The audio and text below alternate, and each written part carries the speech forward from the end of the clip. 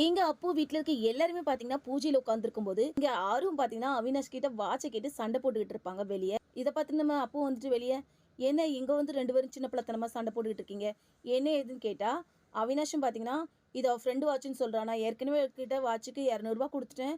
அது மட்டும் இல்ல டிப்ஸா 50 ரூபா கூட சேர்த்து தான் கொடுத்தேன் அப்படின்னு சொல்லியும் அப்பவும் பாத்தீங்கன்னா எதுவா இருந்தாலும் பெறவு பேசிக்கலாம் சொல்லிட்டு ஆர்வம் உள்ள போக சொல்லுவாங்க. அதே நேரம் அவினாஷ் கையில அந்த வாட்சை பார்த்தது தான் இந்த வாட்ச் ஒன்று 200 ரூபாய் வச்சுல ஃபர்ஸ்ட் நீ அதை கலத்து அப்படின்னு சொல்லி வாங்கி வச்சுக்குவாங்க. இங்கே பூஜை முடிஞ்சதும் நம்ம சுதாவும் பார்த்தீங்கன்னா ரக்ஷித்திட்ட போகும் தான்.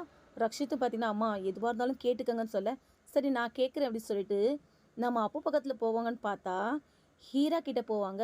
இதை பார்த்து அக்ஷித்தும் பார்த்தீங்கன்னா ரொம்பவே ஷாக்காகி என்ன நடக்குதுன்னு தெரியாமலே அவங்க அம்மா அதுக்கப்புறம் நம்ம ஹீரா 3 பேரையும் பார்த்தீங்கன்னா ரூமுக்கு கூட்டிகிட்டு போயிடுவாங்க.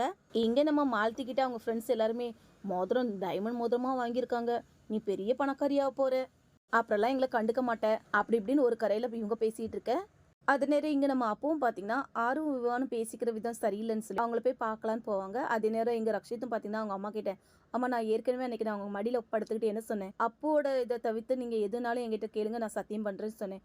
இப்போ எதுக்காக நீங்கள் இப்படி பண்ணிகிட்டு இருக்கீங்க அப்படின்னு கேட்டால் ஒன்று ரக்ஷித்தோட அம்மா என்ன சொல்லுவாங்கன்னா அதான் அப்போ ஒன்று லவ் பண்ணலையே உன்னை உண்மையாக லவ் பண்ணுறது ஹீரா தான் அவளை நீ கல்யாணம் பண்ணிக்கோன்னு சொல்லி அவங்கள வற்புறுத்துவாங்க. அது ஒன்று ரக்ஷித்தும் பார்த்தீங்கன்னா ஹீரா கிட்ட அம்மா தான் புரிஞ்சுக்கல உனக்கு தான் நல்லா தெரியுமே நான் உன்னை ஃப்ரெண்டாக மட்டும் தான் பார்த்துருக்கேன் நீயாவது சொல்லி புரிய வைனா ஹீரா பார்த்தீங்கன்னா நீ இப்படி உடஞ்சி நிற்கிறத என்னாலாம் பார்க்க முடியாது உனக்கு கண்டிப்பாக ஒரு ஆள் தேவைப்படும் ரக்ஷித் அப்படின்னு சொன்னால் கூட ஒன்று ரக்ஷித்தும் பார்த்தீங்கன்னா அவங்க அம்மா கிட்ட இவ என்ன கண்ணாடியா ஏதாவது என் கையில் காயப்பட்டா இவ வந்து துடைக்க நான் என் வாழ்க்கையில் உடஞ்சி போனால் கூட பரவாயில்ல அதான் நீங்கள் இருக்கீங்களே உங்களை மிஞ்சி எனக்கு யாரும் தேவையில்லைன்னு சொல்லிட்டு கோவப்படுவாங்க. உடனே அவங்க அம்மா பார்த்தீங்கன்னா நீ என்கிட்ட சத்தியம் பண்ணியிருக்க அது ஞாபகம் இருக்கட்டும் ஹீராவை தான் கல்யாணம் பண்ணிக்கணும்னு சொல்லுவாங்க. இங்கே அப்போட அப்பாவும் பார்த்தீங்கன்னா எல்லா டைமும் பொண்ணுக்கு நல்லதாக வந்துட்டு அதுக்கப்புறம் பொண்ணு மனசு கஷ்டப்படுற மாதிரி தான் அடிக்கடி நடக்குது கடவுளே அதே மாதிரி இப்போவும் நடந்துடக்கூடாது இதாவது எனக்கு என் பொண்ணுக்கு பிடிச்ச மாதிரி அமையணும்னு வேண்டிக்குவாங்க.